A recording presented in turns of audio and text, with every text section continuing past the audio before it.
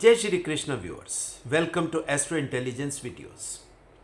आज की वीडियो में हम जानने का प्रयास करेंगे कि देवगुरु जुपिटर का जो स्थान परिवर्तन हुआ है रिसेंटली, उसका क्या प्रभाव होगा। सभी लोग बहुत ही उत्सुकता से इंतज़ार कर रहे थे कि जब ये स्थान परिवर्तन होगा, क्योंकि संभावनाएं बहुत बन रही हैं। सो आज की वीडियो में हम उसी उत्सुकता को शांत करने का प्रयास करेंगे, देवगुरु के बारे में समझने का प्रयास करेंगे कि जब मीन राशि में ये गोचर होगा तो क्या होगा। अब यहाँ पर सबसे पहले दर्शकों, आप लोग सब जान लीजिए कि ये गोचर कितनी देर का होता है। जुपिटर एक भाव में रफली 1 साल वहाँ पर व्यतीत करते हैं, स्पेशली 1 साल और 8 दिन। ये जो गोचर स्टार्ट हुआ, ये 13 अप्रैल को स्टार्ट हुआ 2022 यानी इस साल, और ये अगले साल 2023 के 21 अप्रैल तक देवगुरु जुपिटर अपनी ही राशि यानी कि मीन राशि में गोचर करेंगे। अब ये तो थे स्टैट्स। अब थोड़े से अंदरूनी स्टैट्स देखते हैं। अंदरूनी स्टैट्स दर्शकों क्या होंगे। जुपिटर की जो ये गोचर हो रही है, ये पूर्व भाद्रपद नक्षत्र में ही हो रही है। और पूर्व भाद्रपद नक्षत्र किसका है? वो तो जुपिटर की लॉर्डशिप का ही है। जुपिटर अपने ही नक्षत्र में, अपनी ही राशि में जब स्थान परिवर्तन करेंगे तो आप समझ सकते हो कि ये एक बहुत इंपॉर्टेंट राजयोग जैसी स्थिति बन रही है। पूर्व भाद्रपद नक्षत्र का चौथा पद मीन राशि में आता है। इसके बाद उत्तर भाद्रपद आ जाएगा। उत्तर भाद्रपद किसकी लॉर्डशिप में आएगा? वो आएगा शनि की लॉर्डशिप में। कुछ दिनों के बाद ही पूर्व भाद्रपद से निकलकर देवगुरु जुपिटर उत्तर भाद्रपद में चले जाएंगे। और इसी राशि में जो तीसरा नक्षत्र देवगुरु को मिलेगा, वो मिलेगा रेवती, जो बुध का नक्षत्र। अब थोड़ा सा और चीजें समझने का प्रयास करते हैं। मीन राशि में क्या क्या होता है। मीन राशि के लॉर्ड हैं देवगुरु जुपिटर अपने आप, मगर वहां पर को लॉर्ड है केतु महाराज। इसी राशि में शुक्र, जो बड़े गुरु हैं, जीवन के गुरु हैं, वो यहां पर एग्जॉल्ट कर रहे हैं। हम कह सकते हैं कि ये विष्णु भगवान का वो उच्चतम अवस्था वाली जगह है। यहां पर आपके लिए वीनस एक्सॉल्टेशन का इंपैक्ट देने वाले हैं, मगर यहां पर बुद्धि मरकरी यहां पर डेबिलिटेट कर जाती है। अब ये ओवरऑल एनवायरनमेंट है दर्शकों, जो आपको समझना है। इसी एनवायरनमेंट में ये गोचर आपको मिल रहा है। बहुत स्ट्रॉन्ग संभावनाएं हैं, क्योंकि अपना ही नक्षत्र, अपनी ही राशि, राजयोग जैसी स्थिति।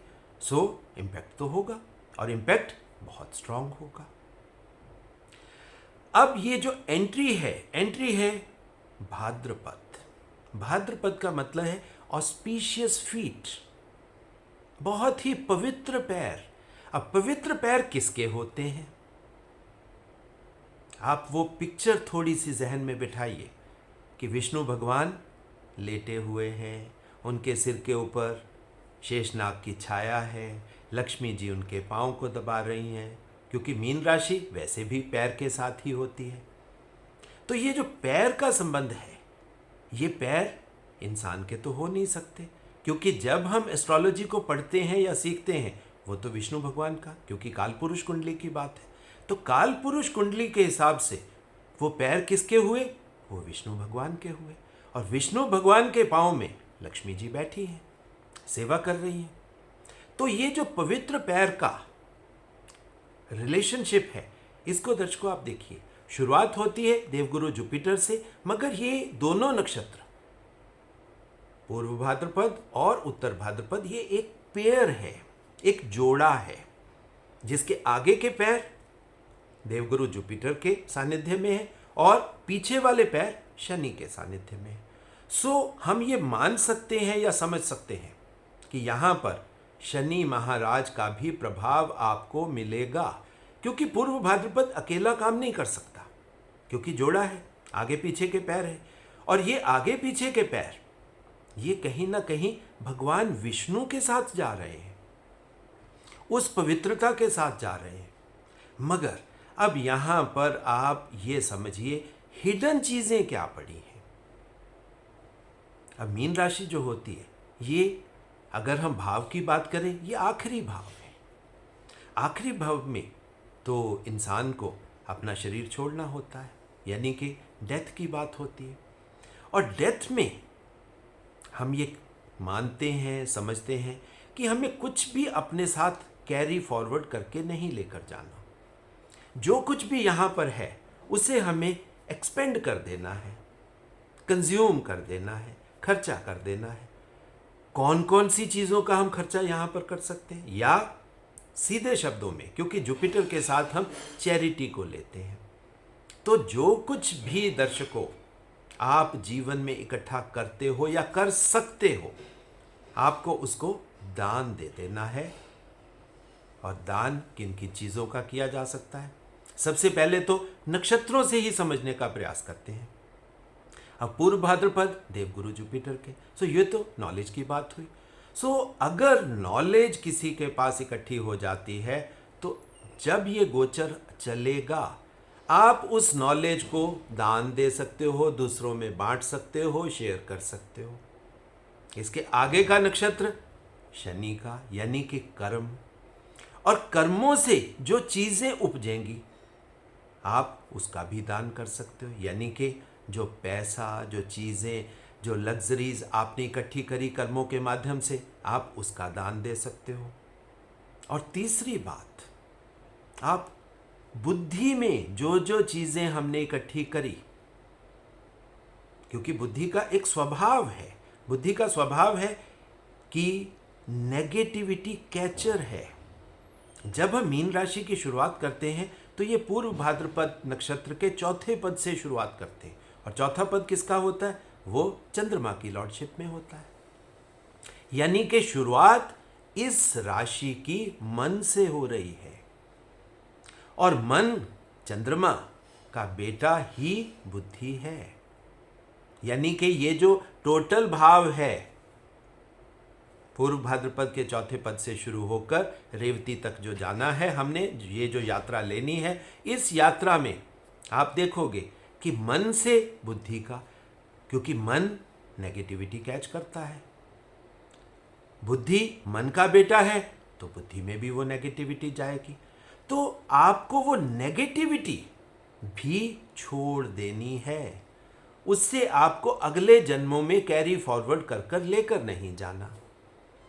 ना आपको लग्जरीज को कैरी फॉरवर्ड करना है, ना ही आपको उस ज्ञान को, जिस ज्ञान के साथ अटैचमेंट्स बने, बॉन्ड बने, जिससे आपको इस जीवन के साथ पकड़ मिल जाए, इस तरह के ज्ञान को भी हमें छोड़ना है।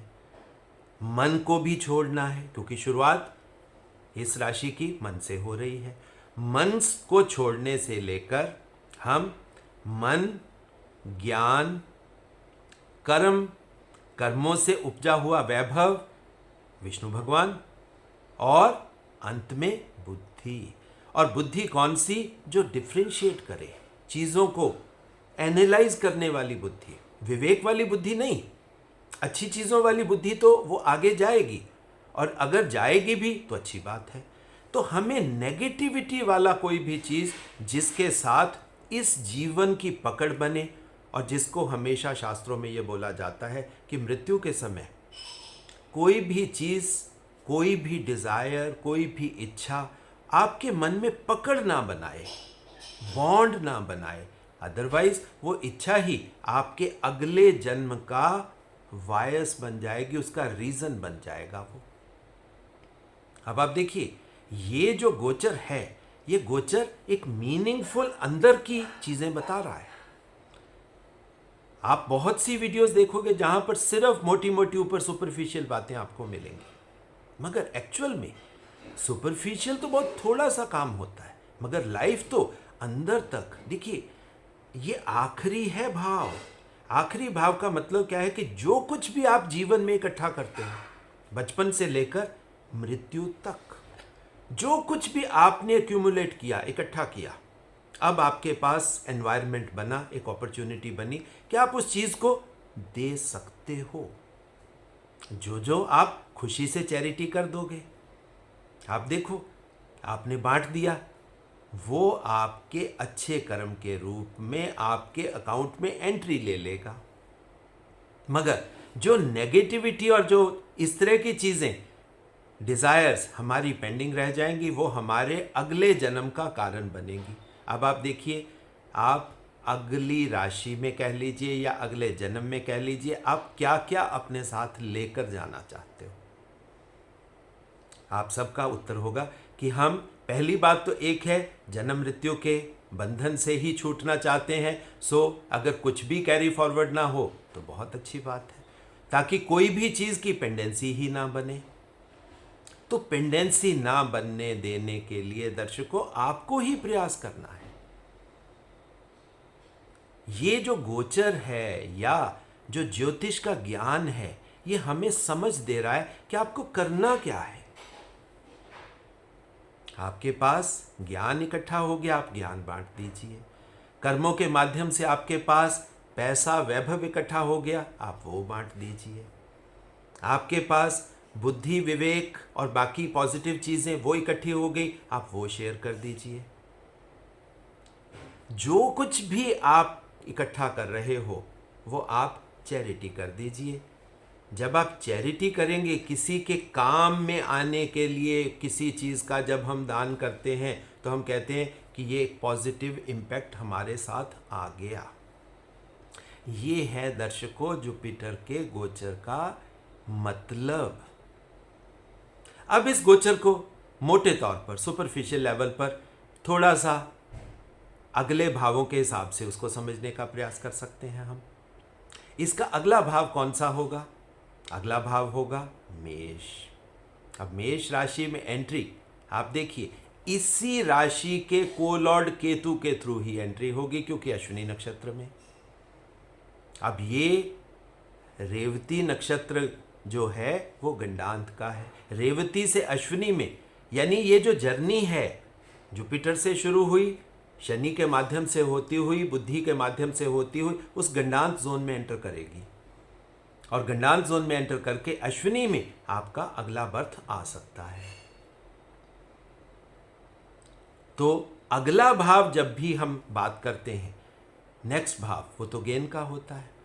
तो मेष राशि वालों के लिए ये गोचर बढ़िया प्रभाव दे सकता है, बशर्ते आपने दान किया हो, बशर्ते आपने चीज़ें शेयर कर दी हो, अपने समाज में, अपने लोगों में चीज़ों को बांट दिया हो। अब आप देखिए, यहीं पर एक बड़ी इंपॉर्टेंट अंदरूनी मैसेज आ जाता है कि अगर हम दान ना करें, और बहुत से लोग ऐसे ही तो करते, इकट्ठा करते जाएंगे, इकट्ठा करते जाएंगे और मर जाएंगे, तो क्या होगा? दर्शकों, साथ में तो कोई चीज़ जानी नहीं है, हर चीज़ यहीं पे छूट जानी है।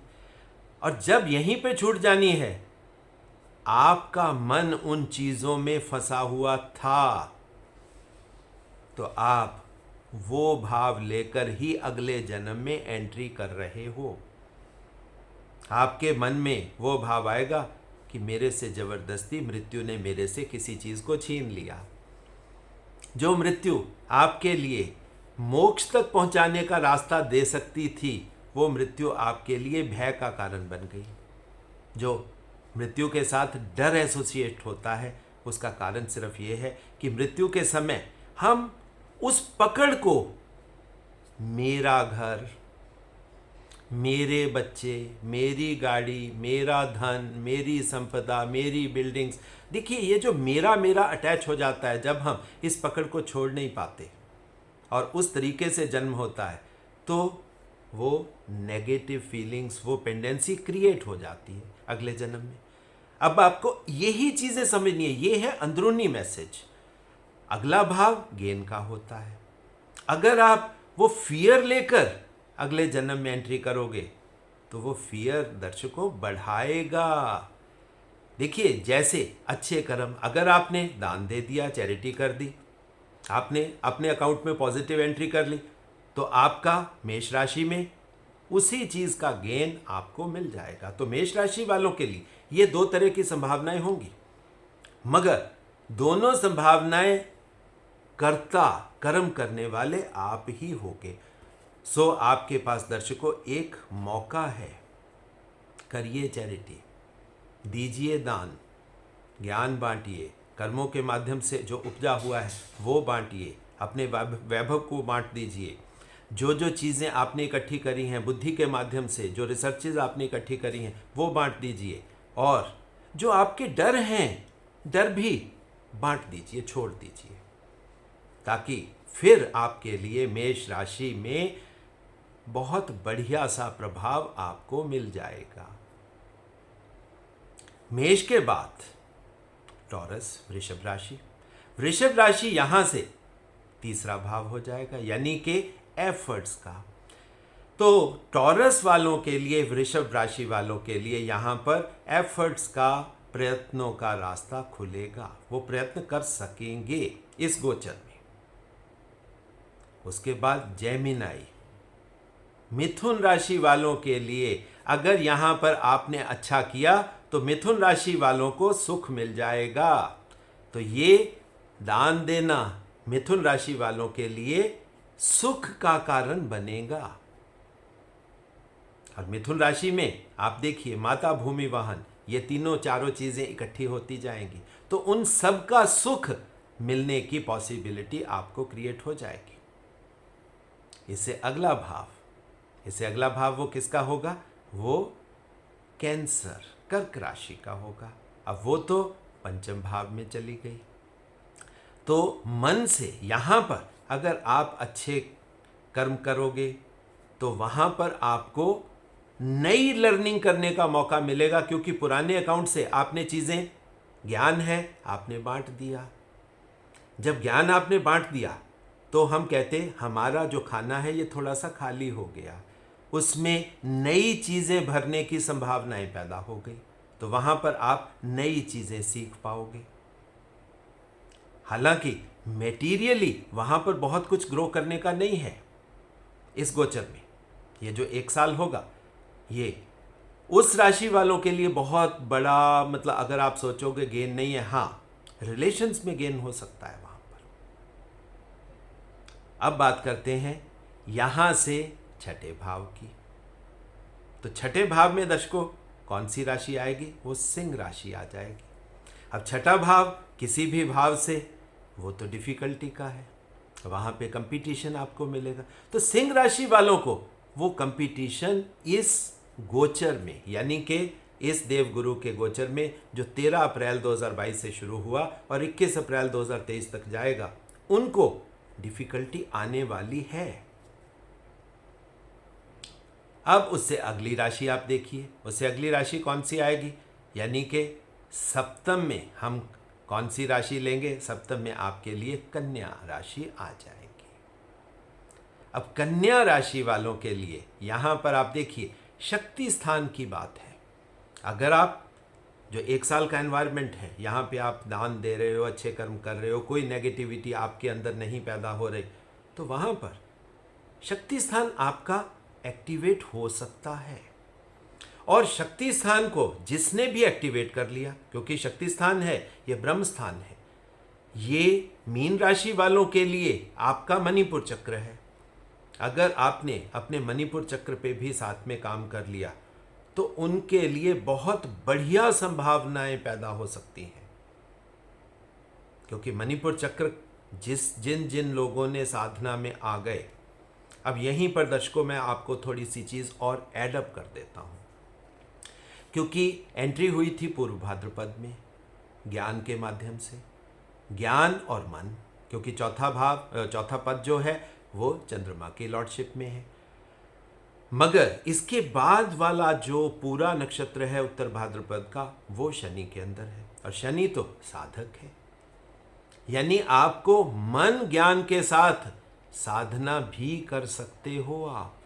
और जो जो दर्शक इस 1 साल में साधना का रास्ता पकड़ेंगे और साधना के थ्रू अपने मणिपुर चक्र को एक्टिवेट करेंगे, वो अपने शरीर, अपने हॉर्मोन्स, उनके ऊपर कंट्रोल प्राप्त कर लेंगे, बीमारियों के ऊपर कंट्रोल प्राप्त कर लेंगे। और सबसे बड़ी बात क्या है, जब ब्रह्म स्थान, शक्ति स्थान एक्टिवेट हो जाता है तो आपके लिए अपार संभावनाओं का रास्ता खुल जाता है।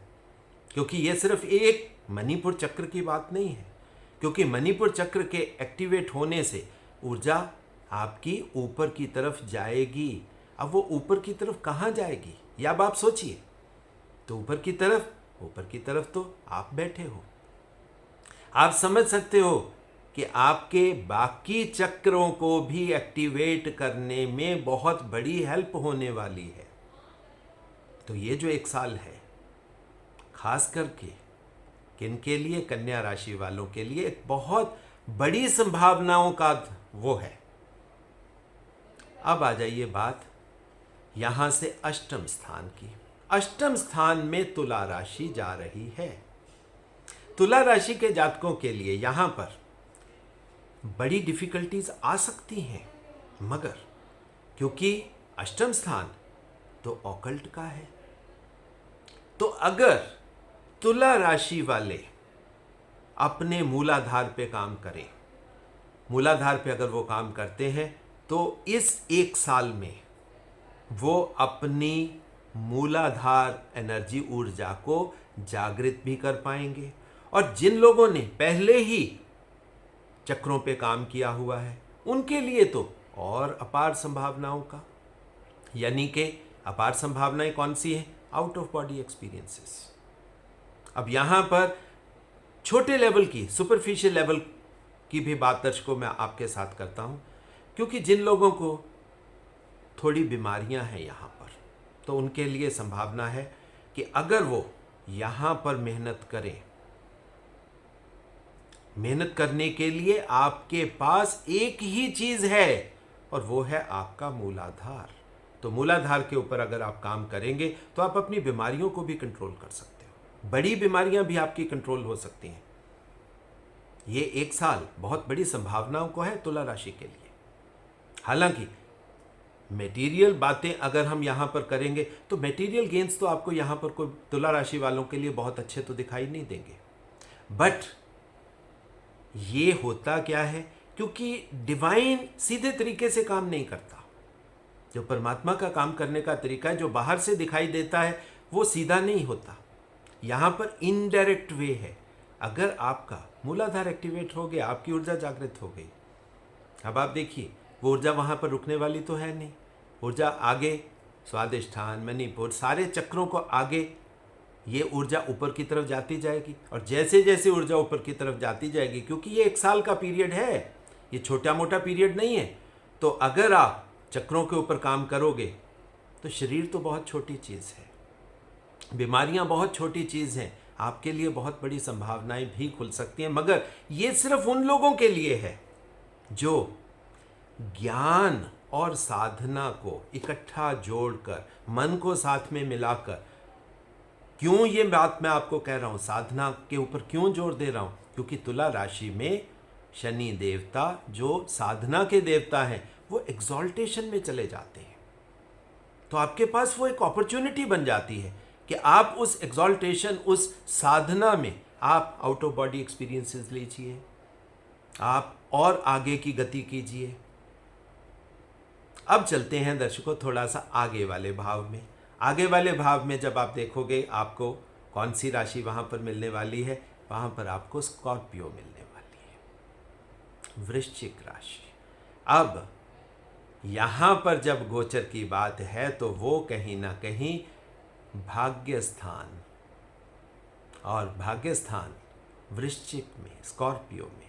स्कॉर्पियो का तो मतलब ही वैसे देखा जाए बाहर से तो ऑकल्ट के साथ ही है। तो ऑकल्ट में भाग्य आ जाता है। मेटीरियली जो नॉर्मल चीज़ें, दुनियादारी की चीज़ों की बात करते हैं, उनके लिए यहाँ पर भाग्य की बात है। आपको कहीं ना कहीं से कुछ मिल सकता है। कुछ पीछों की जो छुपी हुई चीज़ें थी भाग्य के माध्यम से, आपके जो पास्ट में जो आपने किया है, जो आपकी पेंडेंसीज पड़ी हैं, उनमें से कोई चीज़ अगर हम सोचें कि प्रारब्ध बन के, यानी कि वो जो कार्मिक जोन पक जाए, राइप हो जाए, प्रारब्ध अगर यहाँ पर आ गया उस जोन में, तो आपके लिए एक खुशखबरी की बात भी हो सकती है।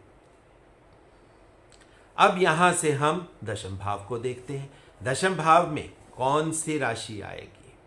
दशम भाव में राशि आएगी दर्शकों यहाँ पर आपके लिए सैजिटेरियस, यानी कि देवगुरु जुपिटर की ही राशि दशम भाव में आएगी। बहुत सिंपल है कि आपको एक तरफ से ज्ञान अर्जन कीजिए और दूसरी तरफ से उस ज्ञान को बांट दीजिए। तो ये साल आप ये काम कर सकते हो, ज्ञान इकट्ठा भी करो और ज्ञान लोगों में बांटो भी, ताकि आपकी लेजर में, आपके अकाउंट में सारी पॉजिटिव एंट्रीज होनी शुरू हो जाएं। अब बात कर लेते हैं इच्छा पूर्ति के भाव की। यहाँ से इच्छा पूर्ति के भाव में कौन सी राशि जाएगी? वो राशि दर्शकों जाएगी मकर, कैप्रिकॉर्न। इच्छा पूर्ति शनि देवता के माध्यम से होगी, साधना के माध्यम से होगी। ये जो संभावनाएं मैंने आपको मीन राशि में बताई थी, अब आप समझ सकते हो कि ज्योतिष कितनी बढ़िया साइंस है। एक चीज़ दूसरे चीज़ को अपने आप कॉम्प्लीमेंट करती है कि अगर आप साधना के तरीके से वहाँ पे चलोगे तो इच्छा पूर्ति की बात तो वहीं पे हो गई थी। अगर आप वीडियो को थोड़ा रिवाइंड करके देखोगे तब आपको वो सारी बातें मेरी याद आ जाएंगी जो मैंने आपको वहाँ पर बताई थी। तो मकर राशि वालों के लिए यहाँ पर संभावनाएं हैं, मगर संभावनाएं साधना के थ्रू हैं। इच्छा पूर्ति की संभावनाएं बहुत हैं, बहुत अच्छी संभावनाएं। यहाँ से द्वादश यानी कि 12th में कौन सी राशि जाएगी? कुंभ। और कुंभ राशि में आप देखिए, जो कुछ भी आप इकट्ठा करोगे इच्छा पूर्ति के माध्यम से, तो 12th का तो मतलब ही देना होता है। तो सीधी सी बात दर्शकों यहाँ से एक निकल कर आती है कि जब देव गुरु जुपिटर 1 साल के लिए मीन राशि में गोचर कर रहे हो, तो आप अपना देने का अकाउंट पूरा खुला कर दीजिए, साधना का अकाउंट पूरा बढ़ा दीजिए। फिर आप देखिए संभावनाएं किस तरह आपके लिए पैदा होंगी। खूबसूरत चीज़ें जो बाहर से देखने में आपको नहीं मिल सकती थी, वो भी मिल सकेंगी। ये था दर्शकों एक डिफरेंट तरीके से देवगुरु जुपिटर के गोचर को समझना, और इससे आपको अपने आप को अगले साल के लिए तैयार करने में, अच्छा जीवन जीने में और कुछ अच्छे फल अर्जित करने में हेल्प होने वाली है। तो दर्शकों, ये जो एस्ट्रो इंटेलिजेंस का चैनल है, जिसके बारे में मैं आपसे हमेशा करबद्ध निवेदन करता हूँ कि ये मेरा चैनल नहीं है, आप सबका चैनल है, वैदिक ज्ञान का चैनल है। और इस चैनल को ज़्यादा से ज़्यादा आप लाइक करें, शेयर करें, सब्सक्राइब करें, घर घर तक वैदिक नॉलेज को बढ़ाएं। आपका योगदान चाहिए हमें। जितने घरों में ये वैदिक नॉलेज जाएगी, उतने लोगों के जीवन में फ़र्क आएगा। मैं तो अपना कर्म कर रहा हूँ, आप भी अपना कर्म करिए। ज़्यादा से ज़्यादा इस चैनल को सब्सक्राइब करके शेयर कर दीजिए। और जो दर्शक अपना चार्ट एनालाइज करवाना चाहते हैं, हमारे इंस्टीट्यूट में नॉलेज लेना चाहते हैं, उन सभी दर्शकों के लिए मेरा एक ही फ़ोन नंबर है, दैट इज़ 9881164480। उसी के माध्यम से आप मेरे से संपर्क स्थापित कर सकते हो। दर्शकों, बहुत बहुत प्यार, बहुत बहुत आशीर्वाद। आशा करते हैं कि अगली बार किसी और नए टॉपिक पर आपके साथ फिर मुलाकात होगी। धन्यवाद।